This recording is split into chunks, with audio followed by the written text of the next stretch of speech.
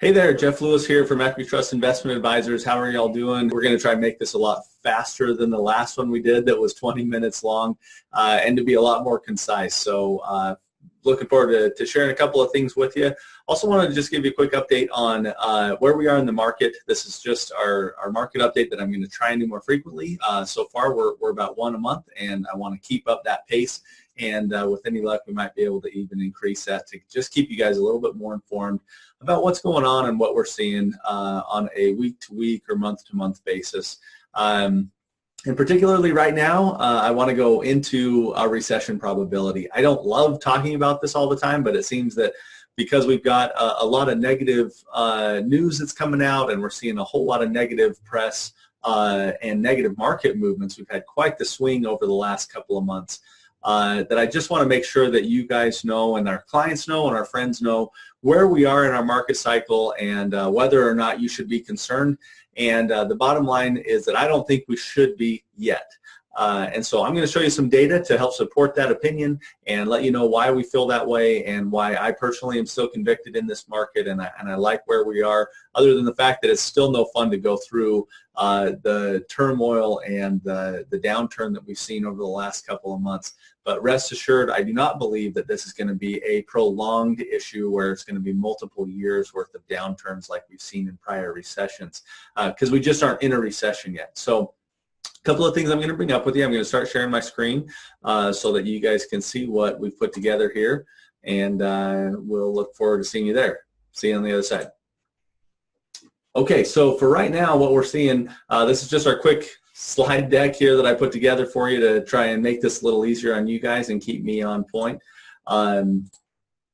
What we've seen over the history of the yield curve, I don't know if you've heard much about this on the news, but this last week, the 2-year and the 5-year yield curves inverted. Now, that's not the 2-year and the 10-year, which is the one that's most important, but we're getting close to that point where we could see an interest rate yield curve inversion, and that's an important indicator for our recession probability indexes that we're looking at, and what we're trying to watch to make sure that we're doing the best things that we should be with your money as far as investments are concerned. So over the last 50 years, this yield curve inversion has successfully preceded or predicted the last several recessions over the last 50 years, and or 40 years or so. And so I just want you to be able to see that on the chart. And I showed you that in the last video. I'm going to go into that in a little more depth here. So this is the 2008 to 2009 market crash. And what you're seeing with this blue line is that blue line is showing you the difference between the 2-year and the 10-year interest rates. And you can see that we got to a point where the 2-year interest rate down here in 2006 for a short period of time became more expensive, or it would have paid you more to own a 2-year bond from the U.S. government than a 10-year bond. And that's important in our economy because it means that the companies that use short-term borrowing had to pay more for it during that time frame, which is ultimately what ends up creating enough of a slowdown in our economy that it creates a recession. But the important thing to note here is that this is a long-term cycle. This is an early warning sign. And so all the news that you've heard this last week about the yield rate inverting or the yield curve inverting, we still are several months or even potentially a year to 2 years away from a recession, because you'll see here in 2006, and this is the same for all the prior recessions that I showed you on this last chart here, but 2006 and 2007 is when the yield curve inverted, and then it corrected, and then in 2008, this gray barred area here is where the recession actually began. So I'm going to show you what that looks like on a comparison chart with the S&P 500. Now, I don't want you to get scared with this chart. There's kind of a lot on here. I'm going to go through it a little bit at a time, but what I want to chart here for you is each of those yield curve changes. So this chart here, I've just basically overlaid the timing of this dip and then a little bit of a correction and then that dip again. I've just charted that on the next chart here with the S&P 500. So what we see here is the first yield curve inversion happened in early 2006, January 2006, and it was just a short one. It was a false warning. It didn't last more than about 2 or 3 months because by March, it had corrected itself and it was now positive again, or at least flat. But then in June of 2006, it inverted, and it stayed inverted for several months. And that's really the key, because businesses that are borrowing short-term money that ultimately create this recession because their businesses have slowed down, it takes time for those interest rates to actually start to affect them, because if I'm borrowing money at 1 or 2 or 3 years at a time and I don't have to refinance that debt until it matures, then that higher interest rate isn't going to affect my business or your business or GE or Apple or anyone else who's borrowing money. And that's why it takes such a long time for this yield curve inversion to actually affect the real market and the growth in our economy. And so you can see here in June of 2006, we inverted again, and we stayed inverted until the yield curve corrected in it looks like June of 2007. So we were inverted for a full 12 months before we corrected, but that's not when the recession happened.